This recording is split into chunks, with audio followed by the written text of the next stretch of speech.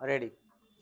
सभी बच्चे अब ध्यान दें, एकदम सीरियस मोड में हो जाइए। आपका पहला सवाल, जो कि 10 सवाल हो चुका है, अब ये आपका 11वां क्वेश्चन है। आप सभी लोगों को बताना है पहला क्वेश्चन का आंसर। वास्तविक वस्तु का हमेशा सीधा प्रतिबिंब बनाने वाला दर्पण कौन होता है? समतल दर्पण, समतल या समतल उत्तल दोनों, समतल अवतल, उत्तल अवतल, समतल अवतल उत्तल तीनों, बताइए।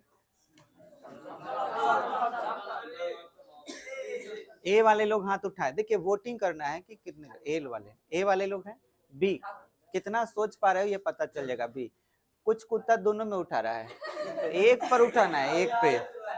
ए और सी पर, और डी पर कोई नहीं है। देखिए वास्तविक वस्तु का हमेशा सीधा प्रतिबिंब, तो वस्तु तो वास्तविक ही होता है भाई, और उसका सीधा प्रतिबिंब बोलने का मतलब ही हो गया काल्पनिक। और काल्पनिक प्रतिबिंब तो तीनों दर्पण बनाते हैं, लेकिन हमेशा हमेशा सीधा तो ये दो ही दर्पण है, एक समतल है और एक उत्तल है। समझ में आया? तो समतल और उत्तल, ऑप्शन नंबर 1। चलिए, घिसा कांच होता है। ऑप्शन ए पारदर्शक, बी अपारदर्शक, ऑप्शन सी पारभाषक, और ऑप्शन डी इनमें से कोई नहीं। ए वाले लोग हाथ उठाएं। ए कुछ गरीब ऐसे आके यहाँ पे रुक गया है। और बी अपारदर्शक, चबा जो पूरा है। सी, बहुत बढ़िया, बहुत अच्छा। और डी कोई नहीं। देखिए बाबू, घिसा कांच से हल्का हल्का दिखेगा, तो तीन तरह की चीजें आप बायोलॉजी में भी आप पढ़े होंगे। तीन तरह की चीजें, एक ऐसा चीज जिसके आर पर पूरा साफ साफ दिखाई दे तो पारदर्शी होता है, जिसके आर पर दिखाई नहीं दे अपारदर्शी, जैसे कि दीवार, और एक ऐसा चीज जिससे हल्का हल्का दिखे तो वो पारभासी होता है। ठीक है, ये वर्ड हम लोग सीख चुके हैं।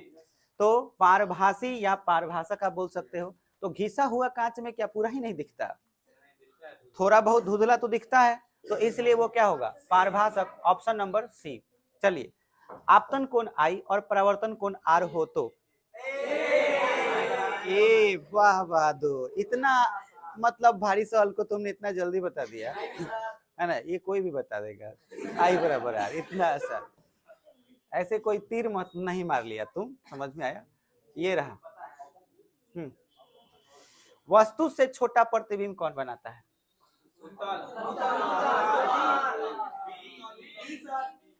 उत्तल, अवतल, अवतल नहीं होगा, उत्तल।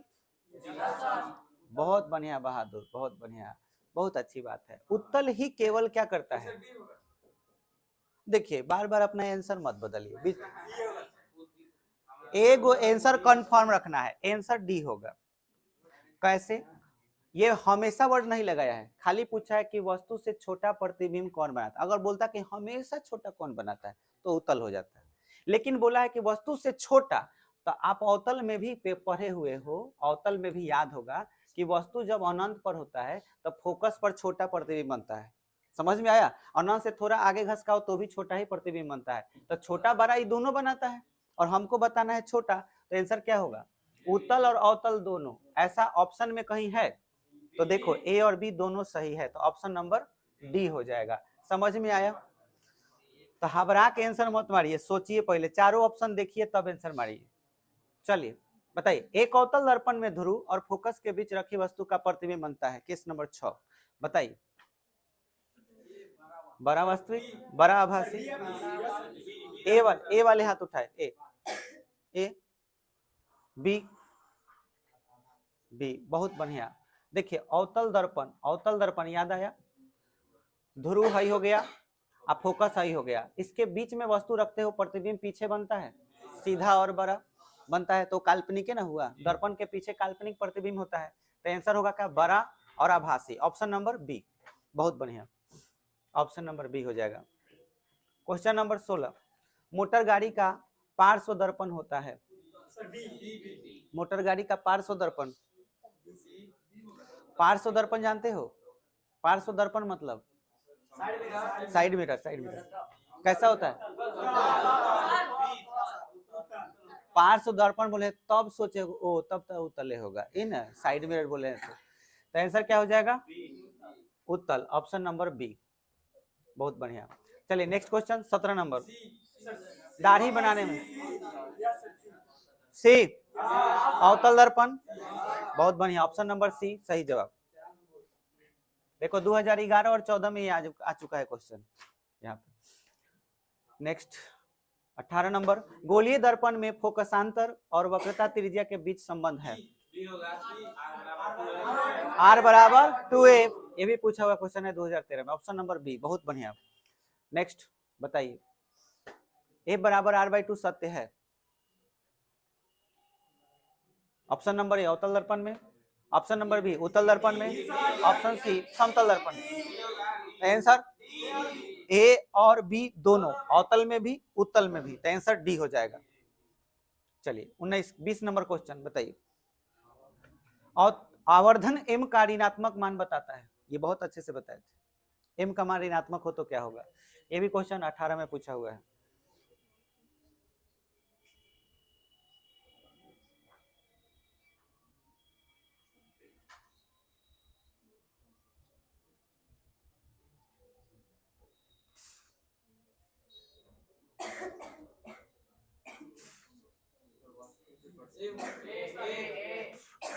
वस्तु के सापेक्ष प्रतिबिंब उल्टा है, वस्तु के सापेक्ष प्रतिबिंब सीधा है, वस्तु से प्रतिबिंब छोटा है, वस्तु से प्रतिबिंब बड़ा है। ए वाले हाथ उठाओ, ए, बी पर कोई है, और सी डी। चलो अब ध्यान से सुनो, एम का मान किस चीज में है, एम का फॉर्मूला बताओ, h'/h, प्रतिबिंब की ऊंचाई बटा वस्तु की ऊंचाई।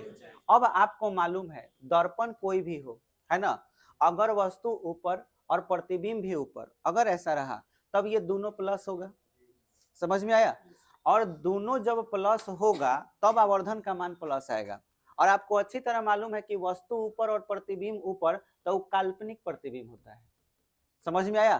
तो अगर काल्पनिक होगा तभी एम का मान क्या होगा, प्लस, अगर वास्तविक होगा तो एम का मान क्या होगा, माइनस। तो जहां आपका वास्तविक नजर आए वो आंसर हो जाएगा। कहीं वास्तविक लिखा है नहीं, वास्तविक का एक और पहचान है उल्टा, उल्टा जहां नजर आए वो आंसर हो जाएगा। तो कई जगह उल्टा नजर आ रहा है, एक ही जगह उल्टा नजर आ रहा है, इसलिए ऑप्शन नंबर ए। बात बुझाया, पूरा लाइन पढ़ने की जरूरत नहीं है, आप तरीका पहचानिए कि क्या होगा, समझ में आया, तो आंसर हो जाएगा ए। क्लियर हो गया। नेक्स्ट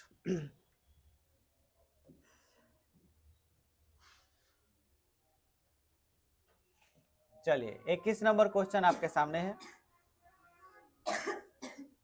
बताइए।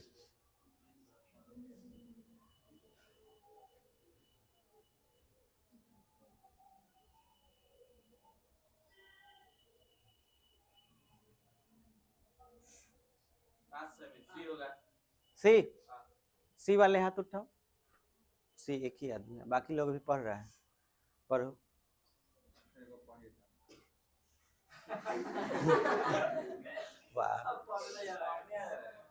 नहीं, इस लड़के का बात तुम लोग ठीक से नहीं समझा, इसका बोलने का मतलब, इस चीज को बढ़िया से समझो, ये कहना क्या चाहता है, ये बहुत इंपॉर्टेंट बात का है। एक चीज देख करके पढ़ना और एक टीचर के बात को सुनना, दोनों में फर्क है, ठीक है। हम एक बार बोलेंगे तुमको, सुनाएंगे तो उसका असर अलग होगा, एक जो देख के पढ़ोगे उसका असर अलग होगा। बात समझ में आए, ये इस फर्क को महसूस करता है, इसीलिए ये बोला है कि सर एक बार पढ़ के बताइए। तो इसका ये उद्देश्य नहीं है कि ये हमसे मजाक कर रहा है, ये बस इस प्रॉब्लम, ये सवाल को ये समझना चाहता है। देखो हम पढ़ते हैं, हम समझ गए, तुम्हारा भावना समझ गए। हुआ क्या कि एक बार बोले थे कि भावना को समझो, तब भावना क्लास में पढ़ती थी तो भावना बार बार खिसिया जाती थी, समझिए, तो ये वर्ड बोलना ही छोड़ दिए। चलो 20 सेमी के फोकस दूरी वाले, देखो बाबू यहाँ पे फोकस दूरी वर्ड यूज किया है, फोकस दूरी वर्ड यूज किया मतलब एफ का वैल्यू दे दिया 20 सेंटीमीटर, कौन सा दर्पण है, तो आगे क्या लग जाएगा, माइनस, समझ में आया। फिर कह रहा है सूर्य प्रकाश के सामने रखा जाता है, अवतल दर्पण को सूर्य प्रकाश, सूर्य का प्रकाश जिधर है उधर अवतल दर्पण रख दिए, तो जाहिर सी बात है सूरज के प्रकाश से अवतल दर्पण पर प्रकाश पड़ेगा, समझ में आया।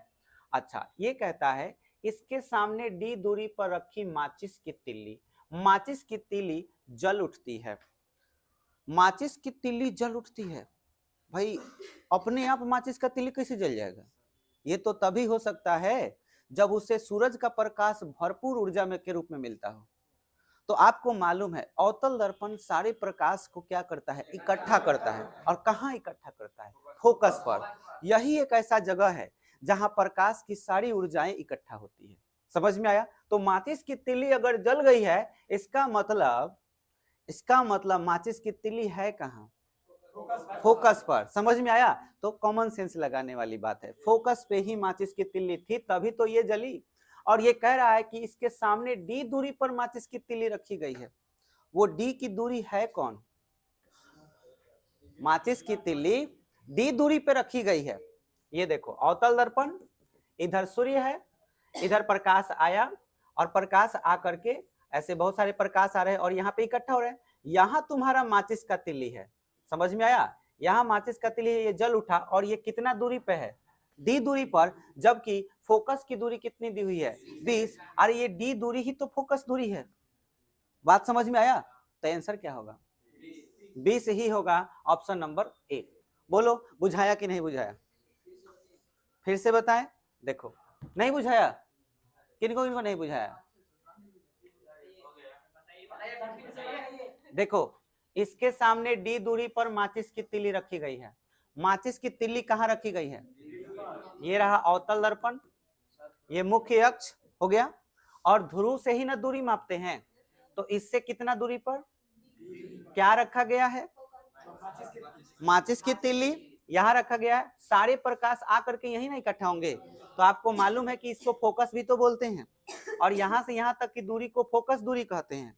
और इसका मान कितना दिया है? -20। सवाल कहता है कि ना डी दूरी पर माचिस की तिल्ली है, तो डी दूरी बोलो चाहे एफ बोलो, बात एक ही ना हुआ। तो एफ डी के बराबर हुआ, और एफ का मान ऑलरेडी कितना दिया है? -20। तो आंसर क्या हो जाएगा? Option number A. तो माइनस ऑप्शन में नहीं दिया, दूरी तो अदिश राशि है ना, दूरी जो होती है उसको तो हम प्लस में ही बोलते हैं, है ना। माइनस प्लस तो दिशा बताता है। बात बुझाया? चलिए आगे बढ़ते हैं। नेक्स्ट क्वेश्चन 22 नंबर बताइए। आए बोलिए। अभिसरित मन इकट्ठा होना। क्वेश्चन है फोकस पर अभिसरित मतलब इकट्ठा होना करने वाला किरण पुंज परावर्तन के बाद समांतर किरण पुंज में बदल जाता है। तो ऑप्शन है अवतल दर्पण से, उत्तल दर्पण से, दोनों से, किसी से नहीं। इमेजिनेशन। चलिए हम आपको थोड़ा सा हिंट देते हैं। फोकस पर अभिसारित करने वाली किरण पुंज, फोकस पर अभिसारित करने वाला किरण पुंज परावर्तन के बाद समांतर हो जाता है। परावर्तन के बाद समांतर हो जाना, ठीक है, किरण पुंज में बदल जाता है। तो ऐसा कौन कर सकता है भाई? आपको ये चीज समझना है। फोकस पर अभिसरित मतलब इकट्ठा, फोकस पर अभिसरित करने वाला किरण पुंज परावर्तन के बाद समांतर हो जाता है। परावर्तन हुआ और वो क्या हो गया? समांतर हो गया। तो भाई मान के चलो कि हमारे पास दो दर्पण है, एक अवतल है और एक क्या है? दो दर्पण है। अब हमको दिमाग लगाना है कि यार इसमें से कौन सा आंसर होगा। कह रहा कि परावर्तन के बाद, कैसे पता चलेगा समझो, परावर्तन के बाद क्या हो जाता है? समांतर। तो परावर्तन के बाद समांतर करना है तो ध्यान से समझना, यहां से प्रकाश समांतर आएगा तो फोकस पर जाएगा। समांतर तो नहीं हुआ, समांतर आया, हमको समांतर करना है तो हमको इसके उल्टा करना होगा। प्रकाश फोकस से गुजारेंगे ऐसे, तब ये क्या होगा? समांतर। समांतर हो गया। अच्छा यहाँ पे देखो, यहाँ पे लाइट कैसे भेजना चाहिए? आए फोकस पर बारना चाहिए। मान के चलो यहाँ इसका फोकस है, तो लाइट ऐसे हम फोकस पे बारे, फोकस पे तो नहीं गया लेकिन ये क्या हो गया? समांतर हो गया। अब दोनों को मिलाते हैं बढ़िया से। फोकस पर अभिसरित करने वाली किरण पुंज मतलब फोकस पर इकट्ठा होने वाली, फोकस पर इकट्ठा होने वाली। ये देखो हम फोकस पर इसको इकट्ठा करना चाहते हैं, गौर से देखो ये सारे किरण है ना, इसको हम कहाँ भेजना चाहते हैं? लेकिन परावर्तन के बाद क्या हो जा रहा है? भेज तो रहे हैं फोकस पर। यहाँ पे ठीक से देखो, यहाँ पर अगर हम फोकस पर किरण भेजेंगे भी तो फिर यहां से ये आगे बढ़ जाएगा, यहां इकट्ठा तो हुआ लेकिन फिर तो फैल गया, जबकि यहाँ पे प्रकाश की किरण को डायरेक्ट कहाँ भेजा जा रहा है, फोकस पर, लेकिन यहाँ तो फैलने वाली बात नहीं हो रही है, डायरेक्ट ये क्या हो रहा है, समांतर। और हमको यही तो चीज समझना है कि परावर्तन के बाद समांतर भेज तो रहे थे फोकस पर अभिसरित कर रहे थे, लेकिन वो क्या हो जा रहा है, समांतर, तो अवतल की उत्तल, उत्तल होगा। बोलो बुझाया कि नहीं बुझाया, डाउट है इसमें कि समझ में आ गया? तो आंसर क्या हो जाएगा, उत्तल दर्पण से, ऑप्शन नंबर बी। समझ में आया? चलिए आगे बढ़ते हैं। नेक्स्ट 23 नंबर, वास्तविक वस्तु का वास्तविक प्रतिबिंब नहीं बनाता है। वास्तविक वस्तु का वास्तविक प्रतिबिंब नहीं बनाता है, नहीं बनाने का मतलब काल्पनिक बनाता होगा। ऐसा कौन सा दर्पण है भाई? समतल दर्पण और उत्तल दर्पण, यही तो है जो काल्पनिक बनाता है, तो ऑप्शन नंबर ए। बहुत बढ़िया। चलिए, अदीप्त वस्तु जिसका अपना प्रकाश हो ही नहीं, अदीप्त वस्तु कौन है जिसका अपना प्रकाश नहीं हो, अपना प्रकाश नहीं है, आए आए। अच्छा, दीप्त अदीप्त प्रदीप्त समझते हो? दीप्त अदीप्त प्रदीप्त नहीं समझते? आए नहीं, तीनों का फर्क समझ लो, अदीप्त प्रदीप्त और दीप्त। दीप्त मतलब जिसका अपना प्रकाश हो, प्रदीप्त जिसका अपना प्रकाश नहीं हो फिर भी वो प्रकाश देता हो। समझ में आया? और अदीप्त जो बिल्कुल प्रकाश देता ही नहीं। तो एग्जाम्पल के तौर पे सूर्य अपना प्रकाश है, ये मार्कर, ये लकड़ी, कुछ भी इसके पास प्रकाश है क्या? है अदीप्त। चांद सूरज का प्रकाश लेके हम लोग को देता है रात में, तो क्या हुआ? प्रदीप्त हुआ। प्रदीप्त मतलब प्रकाश नहीं है उसका अपना, फिर भी सूरज का प्रकाश उस पर पड़ता है तो वो चमकता है कि नहीं, और चमक के वो लाइट यहाँ आता है। तो बताओ दीप्त कौन, अदीप्त कौन, प्रदीप्त कौन? अदीप्त मतलब जिसके जैसे मैं ये बोलूं कि बोलो ये क्या है, अदीप्त है। ये बल्ब क्या है, ये दीप्त है, ये दीप्त हुई, ये दीप्त हो गया। अब प्रदीप्त, प्रदीप्त हो गया चांद। समझ में आ गया? अच्छा, अगर आप दूध को ले लें तो दूध पर लाइट बारिएगा तो दूध चमकने लगेगा, तो उसको क्या कहोगे? प्रदीप्त कहोगे। समझ में आया? तो इस तरह से आप कोई भी चीज जिसपे लाइट बारो वो चमक करके वो प्रकाश देने लगे, प्रकाश फैलाने का काम करने देने लगे, तो वो प्रदीप्त। तो आंसर बताइए, इनमें से कोई नहीं, ऑप्शन नंबर डी। कितना लोग जानते हो कहाँ मारेगा? चांद, क्योंकि उसे लगेगा कि वो अदीप्त, इसका प्रकाश कहाँ होता है, पर आंसर होगा इनमें से कोई नहीं। चलिए 25 नंबर, गोलीय दर्पण में ध्रुव के निकट स्थित बिंब का आवर्धन होता है। गोलीय दर्पण में, गोलीय दर्पण तो किसको कहते हैं? उत्तल और अवतल दोनों को कहते हैं। और किसके नजदीक? कॉमन सेंस लगाओ, ध्रुव के नजदीक तुम जाने वाले हो।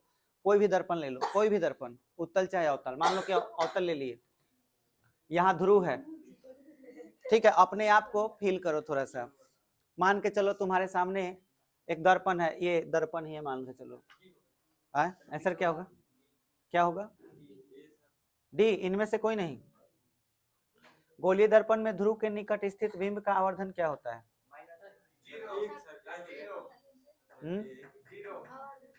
चलो वोटिंग कर लेते, देखते हैं कितना सोच पाता है सब। ए वाला, ए, बी, बी, सी, सी, डी। अब ये प्रैक्टिकल का चीज है, इमेजिनेशन करते हैं। आपके सामने कोई भी दर्पण हो, कोई भी दर्पण, उत्तल हो अवतल हो, आप प्रैक्टिकल करके देख लेना। ये मान के चलो ये अवतल है, ठीक है। अगर ये अवतल दर्पण है तो यहाँ इसका मान के चलो फोकस होगा, और यहाँ बीच में इसका क्या होगा? ध्रुव। हम बीच में आ गए, आ गए। हम अपना फोटो इसमें देख रहे हैं, मेरा फोटो कैसा दिखेगा? बड़ा कि छोटा? बड़ा। पीछे दिखेगा क्योंकि हम फोकस और ध्रुव के बीच में है, बड़ा दिख रहा है। मैं इसके नजदीक गया, अब क्या होगा?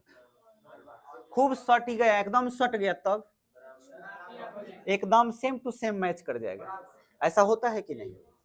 यहाँ तुम उत्तल रख लो अवतल रख लो, गाड़ी के साइड मिरर है, उहू अपन मुंह सटा के देख लेना, जैसा है सेम टू सेम वहां साइज आ जाएगा। ऐसा होता है कि नहीं होता है? समतल दर्पण के सामने खड़ा हो जाओ, एकदम जाके सट जाओ, एकदम उतना ही होता है।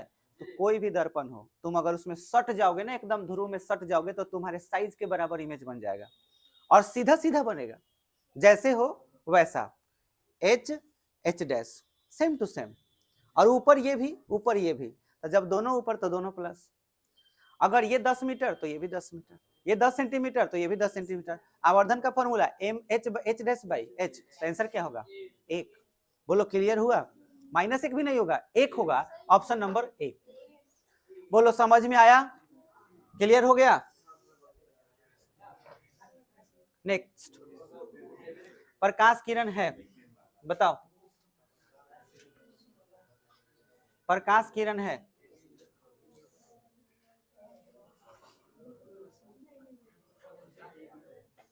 बड़ा सिंपल सा है, बताओ, ये तो आसान है।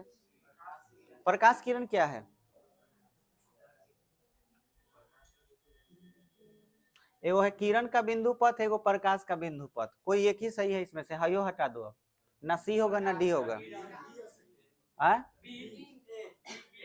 किरण ए वाले, ए और बी, गलती भी मारते, मैंने अंदाज पे भी मारते तो गलती मारते हो, है ना, आदत है भाई। किरण तो कुछ भी चीज का हो सकता है, प्रकाश के तो में कहीं चर्चे नहीं है, समझ में आया? एहू से अंदाजा नहीं लगाया है, तो आंसर क्या होगा? प्रकाश का बिंदु पथ। अंदाजा भी तनी सही तरीका से लगाओ। चलिए नेक्स्ट, किरणों के समूह को क्या कहा जाता है? किरण पुंज। किरण पुंज, बहुत बच्चा तो कोई एथी नहीं कि तीर मार लिया, आसान है, कोई भी बता देगा, ठीक है। हाँ ए हो जाएगा, ए होगा 28 हो गया। किसका बाप? चलो 28 का बताओ। ए, चले ए वाले हाथ उठा, ए वाले। बी, बी पे, बी पर कोई है? अरे कोई तो उठा लो।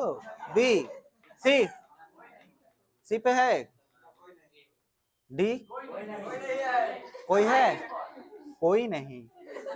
अवतल दर्पण में, अवतल दर्पण के प्रकाश के किसी वास्तविक उल्टे प्रतिबिंब के लिए आवर्धन क्या होता है? जहां उल्टा नजर आया तो माइनस, तो आंसर हो जाएगा ए।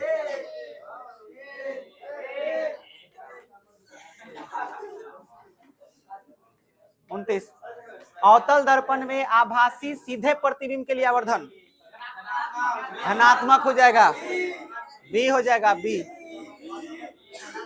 30, गोलीय दर्पण के परावर्तक पृष्ठ की वृत्ताकार सीमा रेखा का व्यास कहलाता है।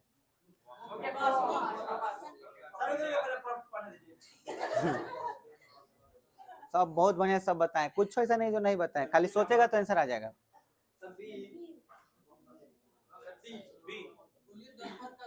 हाँ द्वारक कहलाता है, बताए थे। ए सुनो, ऐसे गोल बनाए थे, पेंट किए थे, है ना, ऐसे ऐसे किए थे और बोले थे कि भाई दुआरी है, दुआरक फैला हुआ, ठीक है, याद आया? तो वृत्ताकार सीमा रेखा का जो व्यास है वो क्या कहलाता है? द्वारक, ऑप्शन नंबर डी। चलिए नेक्स्ट क्वेश्चन। 50 गो है टोटल। चलो बहादुर साहब आंसर बताओ। 31 का किसी गोलीय दर्पण ए हमारे खतर से ए आंसर हो जाएगा, बहुत अच्छा। चलिए 32 नंबर, हाँ ए होगा, दर्पण सूत्र 32। अवतल, अवतल आ माइनस उतल प्लस, देख तनी गलती प्लस लिख ले बनी, लेकिन प्लस पढ़ेगा नु तो प्लस अल, 3 गो अक्षर एहू में, 3 गो अक्षर एहू में, अवतल 4 गो, माइनस माइनस 4 गो अक्षर है में है? तो अवतल लेंस के लिए फोकस दूरी ए। तूने कुछ कहत ला सका, तुम लोग कुछ और बोल रहे थे। ठीक है, झूठ बोले कौआ काटे। चल 33 बोलो।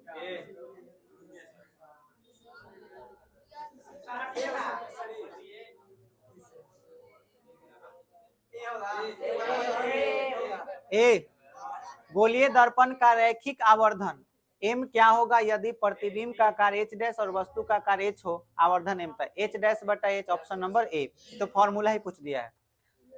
चलो 34 नंबर, आवर्धन का धनात्मक मान क्या बताता है भाई? धनात्मक में सीधा खोजना है कि कहाँ लिखा है सीधा? यहाँ सीधा नजर आ रहा है, तो बस आंसर क्या हो जाएगा? Option number B. बोलो बुझा गया? नेक्स्ट क्वेश्चन, बोलिए दर्पण की वक्रता त्रिज्या 40 तो फोकस दूरी 40 तो 20 हो जाएगा सी। बहुत बढ़िया सी। 36 नंबर, मुख्य अक्ष दर्पण के ध्रुव पर अभिलंब ही होता है, क्योंकि त्रिज्या उसी पर होती है, तो त्रिज्या स्पर्श रेखा और या वृत्त पर क्या होती है? लंब होती है, इसलिए आंसर होगा अभिलंब है, ऑप्शन नंबर ए। 37, तेल लगा कागज पारभाषक, ऑप्शन नंबर सी। 38,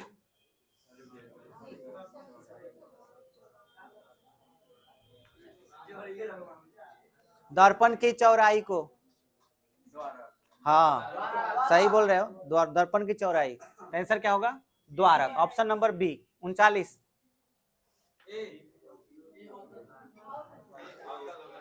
रोगियों के नाक का नाद, अवतल दर्पण, आंसर क्या हो जाएगा? अवतल दर्पण, ऑप्शन नंबर ए। बहुत बढ़िया। 40, टॉर्च से किस प्रकार के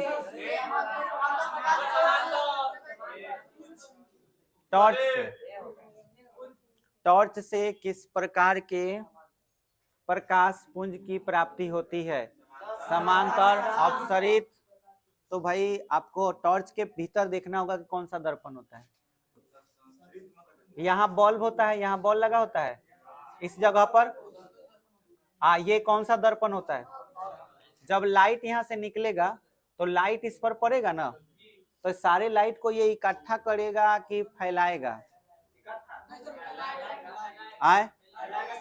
अच्छा, लाइट यहाँ पर है, बात समझ में आया? तो लाइट अगर यहाँ पे तो इस सोर्स से लाइट निकलेगा, बात समझ में आया? और लाइट जब यहाँ पे पड़ेगा तो ये क्या हो जाएगा? तो बल्ब कहाँ रहता है? फोकस पर। जो बल्ब होता है थोड़ा आगे होता है, और वो कहाँ मौजूद होता है? फोकस पर। अगर फोकस पर मौजूद होगा तो लाइट पीछे जाएगा, जाके टकरा करके और क्या हो जाएगा? समांतर हो जाएगा। तो आंसर क्या हो जाएगा? तो आंसर हो जाएगा ऑप्शन नंबर ए, समांतर प्रकाश किरण पुंज। समझ में आया? लेकिन याद रखना इस सवाल में कुछ चीज अधूरा है। क्या अधूरा है? टॉर्च से किस प्रकार का प्रकाश किरण पुंज निकलता है जबकि बल्ब स्थित है? ऑप्शन रहेगा कि बल्ब फोकस पर स्थित है, फोकस और ध्रुव के बीच स्थित है, या फोकस और अनंत के बीच स्थित है, ये रहना चाहिए। ठीक है, बट अब फोकस पर रहेगा तो भी मान करके हम ये चले हैं। क्लियर हुआ? चलिए अगले क्वेश्चन पे आते हैं। बैठो आदित्य, बैठो।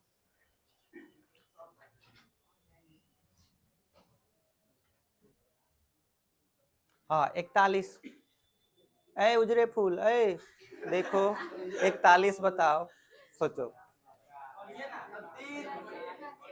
प्रकाशिक माध्यम है 3 प्रकार का, कौन कौन भाई?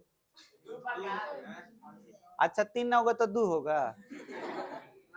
चलो वोटिंग कर लेते हैं, ए वाले लोग, बी,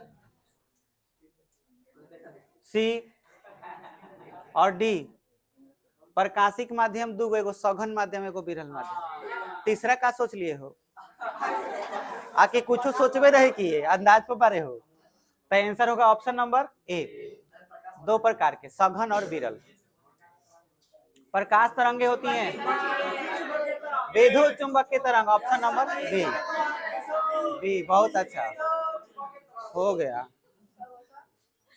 चलिए 43 नंबर बताइए। प्रकाश स्रोत के सामने एक हरी रंग की छड़ी को खड़ा कर देने पर उसकी छाया कैसी होगी? काली।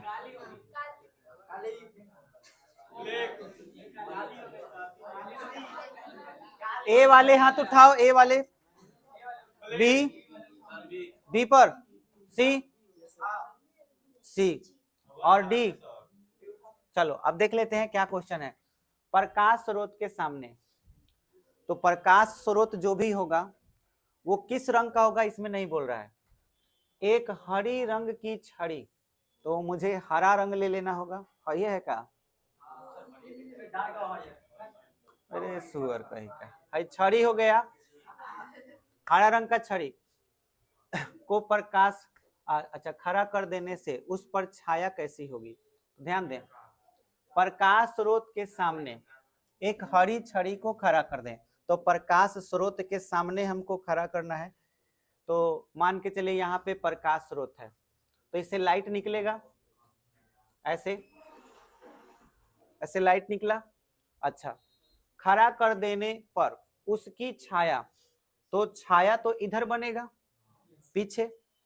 तो मान के चलो अगर छाया बन रहा है और इधर कोई दीवार है, जैसे इधर कोई दीवार है, तो इधर इसका छाया कैसा बनेगा? तो छाया कोई भी हो वो कैसा, आ जाओ कोई बात नहीं, कैसा बनेगा रे बाबू?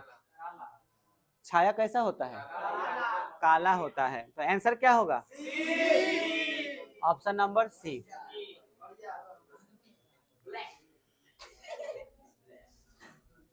जस हाल तोरा तस हाल ओरा, जैसन ते औसन आंसर।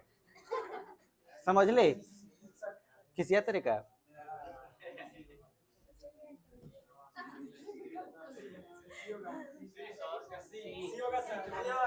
किसका किसका? दाढ़ी बनाने। अच्छा, है सवाल हम एक बार बताए हैं, चेहरा कहाँ रखेंगे? तो कहाँ रखेंगे? वक्रता केंद्र। रुक, गड़बड़ाओ तरह सुने के। दाढ़ी बनाने के लिए उपयुक्त गोलीय दर्पण में सीधा प्रतिबिंब प्राप्त करने के लिए चेहरा को रखना चाहिए। सीधा प्रतिबिंब प्राप्त करने के लिए चेहरा को रखना चाहिए। तो हम लोग जानते हैं फोकस और ध्रुव पी के बीच में, तो फोकस और ध्रुव खोजो कहाँ है? यहाँ तो वक्रता केंद्र है सी, और मुख्य फोकस यानी कि एफ। गलत है। ए बाबू बड़ा अंदाज मार रहा था, ऑप्शन डी होगा, इनमें से कोई नहीं। गलती हो गया नू, ऑप्शन नंबर डी हो जाएगा। 45 नंबर बताओ। एक अवतल दर्पण से 10 cm दूर वस्तु रखने पर इसका आभासी सीधा प्रतिबिंब बनता है। इसकी फोकस दूरी हो सकती है।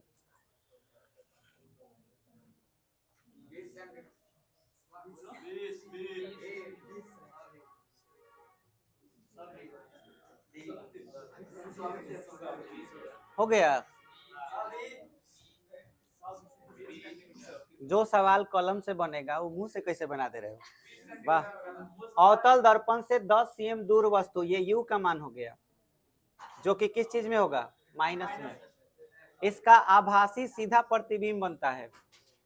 अवतल दर्पण से 10 cm, तो अवतल दर्पण हम बना लिए। आप 10 cm की दूरी पर कोई वस्तु, इधर से 10 cm की दूरी पर कोई वस्तु है, तो मान के चलो यहाँ पे कोई वस्तु है, कैसा प्रतिबिंब बन रहा है?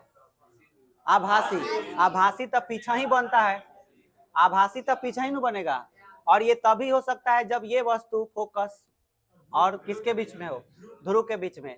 तो ये वस्तु कितना सेंटीमीटर पर है?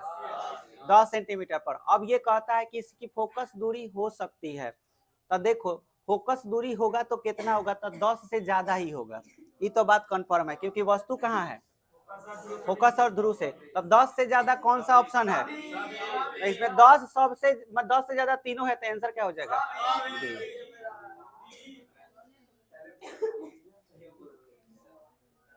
बुझाया कि नहीं?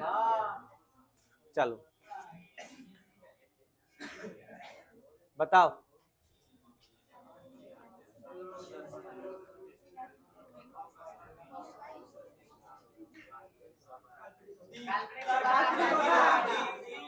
एक अवतल दर्पण में वस्तु की स्थिति ध्रुव और फोकस के बीच है, तो आंसर क्या होगा? डी। बहुत बढ़िया, डी हो जाएगा। चलिए 47 नंबर। निर्गत नहीं पता? चलिए देखिए, आपको याद होगा मैं एक कांच का स्लैब बनाया था, है? इधर हवा था, ये कांच था, इधर हवा था। लाइट ऐसे आई थी, आने के बाद हमें ये तय करना था कि लाइट किधर जाएगा, तो क्या किए थे? एक वो अभिलंब खींचे थे। अब इसका डॉट डॉट से खींचे थे, ये रास्ता यही ना था इसका। अब ये प्रकाश किधर जाएगा? सघन में अभिलंब की ओर मुड़ जाता है, तो ये ऐसे मुड़ गया, ये ऐसे आया। फिर यहां से पता करना था लाइट किधर जाएगा, एक वो अभिलंब खींचे थे।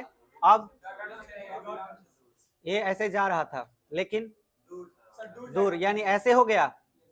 अब देखिए, ये लाइट ऐसे आ रही थी, इस रास्ते पर जा रही थी, लेकिन ये पुनः उसी रास्ते पर आ गया। फर्क बस इतना कि थोड़ा सा शिफ्ट हो गया इधर। तो इसको बोलते थे क्या चीज? पार्श्विक विस्थापन। याद आया? पार्श्विक विस्थापन। अब आप ध्यान समझिए, ये आपतित किरण है, बात बुझाया? ये वाला कौन सा किरण है?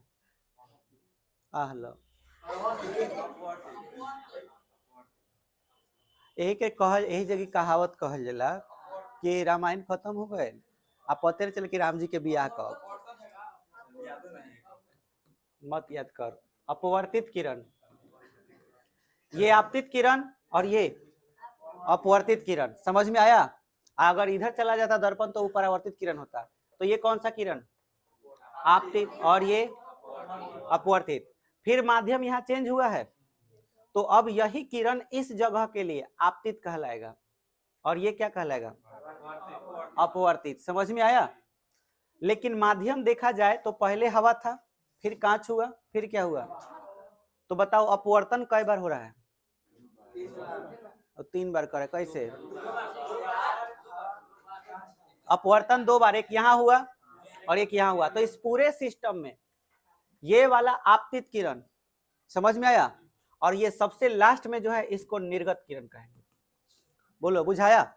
और मन करे तो इसको अपवर्तित भी बोल सकते हैं। क्लियर हुआ? लास्ट में जो निकलता है वही क्या है? निर्गत। अब सवाल आपके सामने, कौन सा सवाल था? 47। बताओ, निर्गत किरण एवं अभिलंब के बीच के कोण को क्या कहते हैं? तो निर्गत का ही अपवर्तित किरण भी नाम है, तो अपवर्तित किरण और अभिलंब के बीच कौन सा कोण होगा? अपवर्तन कोण। अपवर्तन कोण कहीं है इसमें? अपवर्तन का ही दूसरा नाम निर्गत है, तो आंसर क्या हो जाएगा? निर्गत कोण, ऑप्शन नंबर सी। बोलो समझ में आ गया? चलिए 48 नंबर।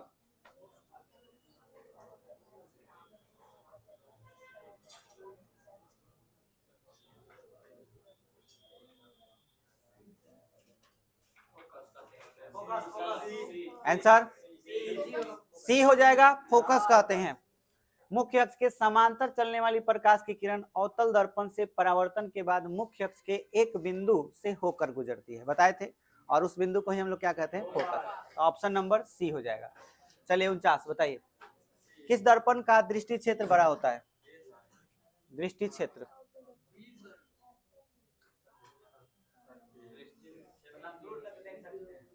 दृष्टि क्षेत्र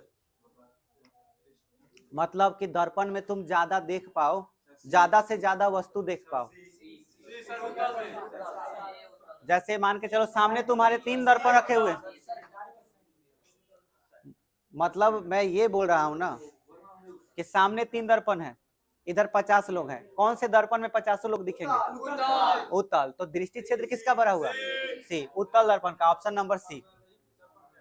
समझ में आया कि नहीं बाबू लोग? परवलयिक वर्तन को समझ लीजिए। परवलयिक अगर दर्पण बोल दे तो आपको याद रखना है, आपको हम पढ़ाएंगे द्विघात समीकरण मैथमेटिक्स में, ठीक है? आपको बोले थे कि पेयरिंग चैप्टर है 2 और 4, 2 बहुपद है, द्विघात बहुपद उसमें पढ़ना होगा, और 4 में पढ़ोगे द्विघात समीकरण। तो उसमें आप द्विघात समीकरण जब पढ़ेंगे, जैसे x² लिखा हुआ रहेगा, है ना, प्लस में मान के चलिए कि 3x + 1 ऐसे करके लिखा हुआ रहेगा। अगर ये y के बराबर हो, ठीक है, तो ये एक बहुपद हो गया। समझ में आया? या y को बोलो, y को छोड़ो, fx के बराबर हो या px के बराबर हो, तो ये बहुपद हो गया। कौन सा बहुपद? द्विघात बहुपद। समझ में आया? और इस बहुपद के लिए आपको जब हम कहेंगे कि इसका ग्राफ खींच के दिखाओ, मान के चलो तुम्हें हम ग्राफ खींचने के लिए कहे, तो ग्राफ ऐसा ही ना खींचते हो, ऐसे बनाते हो, इसमें x लिखते हो और यहाँ क्या लिखते हो? y, और एक y बराबर मान के चलो x² + 2x + 1 ऐसे करके दिया हुआ है, तो तुम यहाँ x का वैल्यू पुट करोगे तो क्या मिलेगा? y का। ऐसे रखते जाओ और तुम ग्राफ खींचो। तुम जब इसको खींचोगे तो उसका ग्राफ पता है ऐसे आएगा, इस टाइप का, ऐसा, हाँ, इस टाइप का ग्राफ आएगा। ये बात समझ में आया? ऐसे ग्राफ आपको मिलेंगे, हमेशा कटोरा जैसा ग्राफ मिलेगा इसे, और इसी का नाम क्या है? परवलय। असल में इसका नाम परवलय काहे पर है, बता देते हैं। परवलय को इंग्लिश में कहते हैं पाराबोला। अब तुम लोग दूसरे समझोगे कि जब पारा बोल देगा तो वह पाराबोला हो गया। आए, अब सुनो, समझो। पाराबोला में पारा शब्द का मतलब होता है उछालना। अब बोला शब्द बना है बॉल से, बॉल, बॉल का ही बोला शब्द जो है वो बॉल से लिया गया। तो अब बताइए, बॉल यानी कि गेंद, पारा मतलब क्या चीज? उछालना। आप आसमान में एक गेंद उछालिए, जैसे ही उछालिएगा ऐसा ऊपर एक पथ बनेगा, ऐसा पथ बनता है। तो इसीलिए इसका नाम क्या है? परवलय। मतलब गेंद को फेंकने से, पाराबोला ना, गेंद को फेंकने से जो पथ बने वही पाराबोला है। बुझा गया? अब सुनो, मान के चलो कोई दर्पण है तुम्हारे पास, इसको पेंट कर दिए इधर से, तो कौन सा दर्पण होगा? अवतल दर्पण। लेकिन इस अवतल दर्पण को परवलयिक दर्पण भी बोल सकते हो, परवलयिक अवतल दर्पण बोल सकते हो। समझ में आया? और अगर अंदर से पेंट कर दो तो परवलयिक उत्तल दर्पण हो जाएगा। बोलो क्लियर हो गया? इसमें कौन सा दर्पण सोलर कुकर में यूज होगा? ये वाला। बोलो क्लियर हो गया? चलो आते हैं अगले सवाल पे। कोई भी कहीं भी डाउट हो तुरंत पूछना है। कैसा होता है? बोलो ऑप्शन।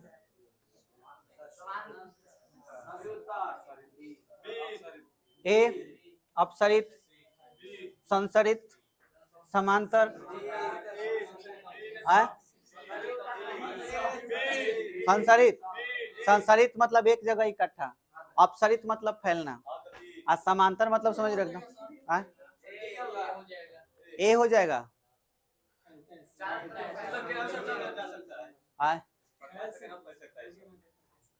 देखो सर, दिखा रहे हैं, दिखा ही रहे हैं। एक टॉर्च है, और उस टॉर्च से जब लाइट निकलेगा तो लाइट ऐसे फैलते हुए चारों तरफ निकलेगा। समझ में आया? अब ये लाइट टॉर्च से जब निकल रहा है तो हम कह रहे हैं कि चारों तरफ फैल रहा है, टॉर्च से निकल रहा है तो। लेकिन ये जो टॉर्च है, सूर्य वाला जो टॉर्च है, ये बहुत दूर है हमसे।